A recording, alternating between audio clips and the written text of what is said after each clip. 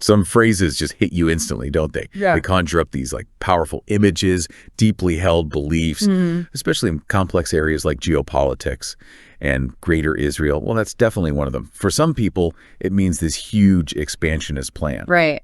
For others, it's just, a myth, completely unreal. It seems to mean so many different things all at once. It really does. So our mission today is to try and cut through some of that noise. We've gathered a set of really nuanced sources looking specifically at Arab perspectives on Greater Israel. Yeah. And this isn't just about defining a word. It's about mapping out this, frankly, fascinating range of views. Think of it as a kind of shortcut, helping you grasp this complex debate, maybe get a few aha moments without feeling buried in detail. Exactly. And look, the idea of Greater Israel, it's been floating around in Arab and regional discussions for decades. Often it's tied to that image of Israel dominating, from the Nile to the Euphrates. That specific phrase, yeah. But what our sources show right away is, it's a much more complicated reality. You find these wildly different takes among Arab commentators themselves. It's certainly not one single unified viewpoint, which is why digging into it like this is so important, I think. And for you listening in, this isn't just like an academic thing. It's really about understanding how different groups, different thinkers, it's power, influence, and, the future of a really critical part of the world. By the end of this deep dive, hopefully, you'll have a much clearer sense of the competing stories shaping this whole conversation. Okay. So to make sense of all this, let's think about the debate as a kind of spectrum. Good idea. On one end, you've got this strong belief in an active, maybe even aggressive expansionist project by Israel. Right. And then way over on the other side, you have people who just dismiss the whole thing as, pure fantasy. A complete dismissal. And as usual, the really interesting stuff often crops up somewhere in the middle, doesn't it? It often does. So let's start at that first end, the maximalist view. The perspective that sees Israel clearly as an expansionist power. Okay. Mamoun Fondi, writing for Elif, makes a really powerful argument here. He suggests that since October 7th, 2023, Israel has fundamentally changed its strategy, basically abandoning its old deterrence doctrine. Okay, so if it's not deterrence anymore, what does Fondi say Israel is doing? What's the new playbook, according to him? Well, Fondi argues that Israel used to rely on the threat of force, to keep enemies at bay. Now, he contends, it's applying power directly, aggressively. In his view, Israel isn't just trying to contain threats anymore. The goal is to crush them outright. Crush them. Yeah. He uses this vivid image of the Gaza envelope, that sort of fortified zone around Gaza, Right, I know what you mean. transforming into what he calls a regional envelope. It suggests a policy of strengthening all borders and projecting military power outwards, basically extending its security zone by force. So pushing outwards. And this shift, according to Fondi and others who think like him, really undermines any claims Israel makes about seeking peace. How so? Because from their viewpoint, real peace needs, mutual recognition, shared security, not one side just imposing its will through overwhelming strength. I see. And Mahmoud al-Rimawi, a Jordanian writer, kind of echoes this. He sees it less as something totally new and more as part of this long-term Israeli drive to become the dominant player in the region. The main actor. Exactly. Al-Rimawi thinks Israel wants to basically set the rules for everyone else, mainly by showing off its military power and controlling the regional conversation through strength. That's a pretty bold claim that Israel aims to dictate the whole regional agenda. Does al-Rimawi talk about specific ways they do this beyond just the military, like policy tools or something? He does focus a lot on the military aspect as the sort of primary tool, but he also points to the international situation being really important. He specifically brings up how the Trump administration's diplomatic support gave Israel, a much more favorable environment for its regional goals. Right, the political backing. Exactly. So it wasn't just military power, it was also having that diplomatic cover and support. Makes sense. And a really crucial point from both Fondi and al-Rimawi is this. For them, Greater Israel isn't so much about grabbing more land, physically redrawing the map. Less about territory. Much less. It's more about an aggressive expansion of political and military dominance. And both of them keep coming back to the absence of a Palestinian state as the core problem, the thing that guarantees conflict will just keep going. It's interesting how focused that view is on external actions, on Israel's power. But what if, like you mentioned, some sources argue the whole greater Israel fear is actually more about internal issues? Exactly. That's a really provocative idea Shirzad Jakhani raises, right, as we swing to the total opposite end of that spectrum. The skeptical critique. Precisely. Shikani, who's an Iraqi Kurdish commentator, basically mocks the whole Arab narrative about Greater Israel. He calls it almost a laughable fantasy. Laughable. How so? Well, he asks this really sharp, kind of ironic question. How on earth can a country with less than 10 million people possibly dominate and rule, some 200 million Arabs spread out between the Nile and the Euphrates? Puts it in perspective. He frames it as just logistically absurd. Impossible. So what's his explanation for why the idea persists then? Shikani's core argument is that the myth sticks around because of Arab political dysfunction, not because of any real Israeli plan. So it's an internal problem. That's his argument.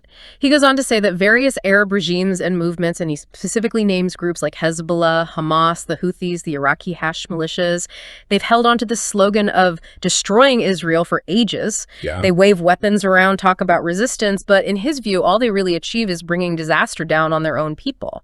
So he's basically arguing that keeping this bogeyman of Greater Israel alive lets these leaders avoid responsibility, deflect from their own failures, the mess caused by their resistance projects. Yeah. That's a pretty harsh self-critique, isn't it? It is, absolutely. Shikani suggests that for these leaders, Greater Israel isn't an Israeli strategy at all. It's an Arab delusion. A delusion. Yeah, a convenient external enemy that becomes an excuse for why things are stagnant internally, why governance fails. He totally flips the script, turning it into an inward-looking critique. Wow. Moving between these views really makes you think, doesn't it? Yeah. How much of what we think we know about regional power is actually shaped by these competing stories? Definitely. And like you said, often the most revealing insights are found somewhere in between these extremes, in that more nuanced, complex middle ground. Which brings us to this idea of functional expansion. Right. And the Saudi writer Adil al-Harbi offers a really interesting perspective here. He argues Israel actually has zero interest in geographic expansion. Zero. He points out that Israel has deliberately avoided annexing large Arab populations since 1967. Why? To protect its Jewish identity. That demographic balance is absolutely central to how Israel defines itself. Okay, that makes sense.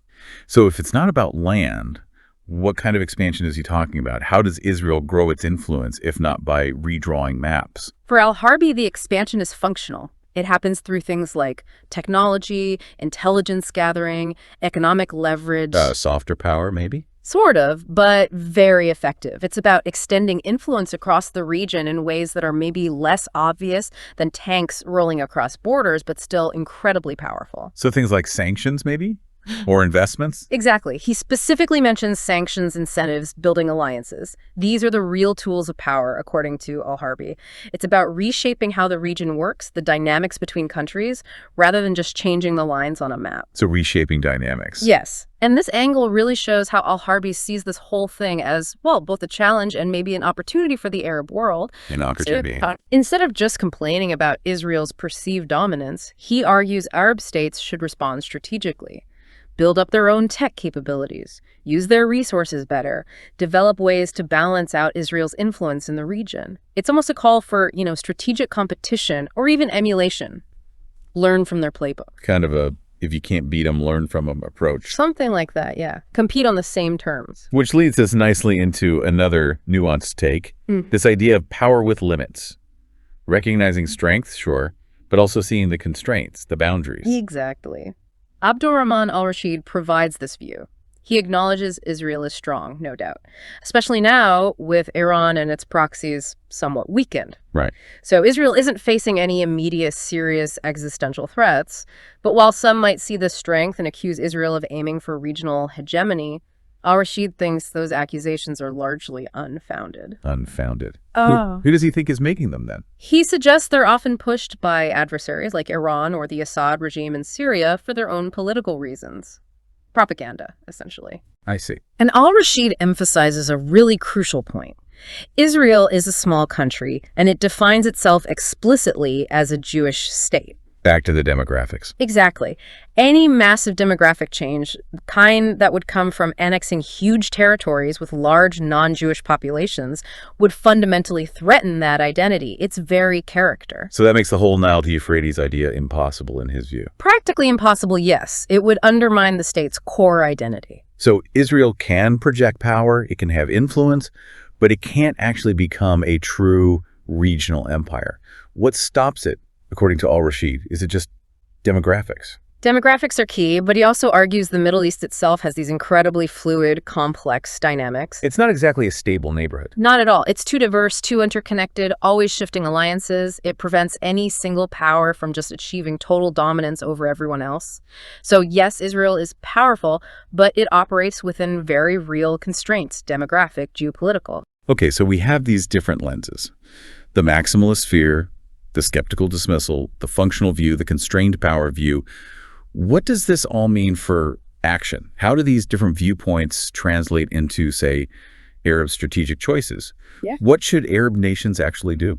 Well, the different views lead directly to quite different recommendations, as you'd expect. Right. For the maximalists, like Fandi, the number one priority, the absolute necessity, is demanding a Palestinian state. They see that as the only possible foundation for any kind of regional stability. Without it, just endless conflict. Okay, that's clear. What about the skeptics? The skeptics, like Shikani, they turn the focus inward. Their advice is basically drop the empty, destructive slogans about Israel and focus on fixing your own house, prioritize good governance, develop your own countries. So internal reform first. Pretty much. Look inward, sort yourselves out. And the functional view, al-Harbi. That view stresses competition and emulation. If Israel's using technology and intelligence effectively, then Arab states need to adopt those tools themselves, build their own capabilities to compete on that level. It's about strategic mirroring, leveling the playing field. Learn the game. Learn the game, yeah. And then there's the constrained power perspective from someone like al-Rashid. Yeah. His advice is essentially realism. Acknowledge Israel's strength, yes, you can't ignore it, but also understand its real limitations. And then shape your policies based on that clear-eyed assessment. It's not about total resistance or total surrender, but about smart diplomacy, calculated responses. Finding a middle path based on reality. Exactly. And what's really fascinating, I think, is that these aren't just different ways of reading Israel. They're also different ideas about Arab renewal. Ah, interesting. Each perspective reflects an internal debate about the best way forward for the Arab world itself is through resistance, through internal reform, through copying successful strategies, or through pragmatic realism. So after running through all of this, the main takeaway for you, our listener, seems to be this. Greater Israel, maybe it's less about a concrete plan set in stone, and maybe more like a mirror reflecting the region's own fears, its competing narratives, maybe even its failures. It tells us as much about the people talking about it as it does about Israel itself. Absolutely. The whole debate reveals less about Israel's actual long-term blueprint, perhaps, and much more about how different Arab actors understand their own situation. You know, in a region still wrestling with conflict, with stagnation, with this search for some kind of balance. It's genuinely fascinating how one single concept can spark such incredibly different readings, each with its own internal logic, and each carrying really profound implications for what happens next. Well, we really hope this deep dive has given you a clearer, more layered understanding of it all. Something to help you navigate the complexities when you hear this phrase being used. And maybe just one final thought to leave you with. If Greater Israel is indeed more narrative than reality, or at least heavily shaped by narrative, what does that tell us about the power of stories themselves in shaping geopolitics? Good question. How should you, when you're consuming news, assess the narratives you encounter, especially when they touch on these really deep-seated, emotionally charged ideas? That's a great point, and it applies way beyond just this one issue or region. Definitely something to keep thinking about. Continue your own deep dive into how stories shape our world. Thanks so much for joining us. You know, some phrases just hit you instantly, don't they? Yeah. They conjure up these like powerful images, deep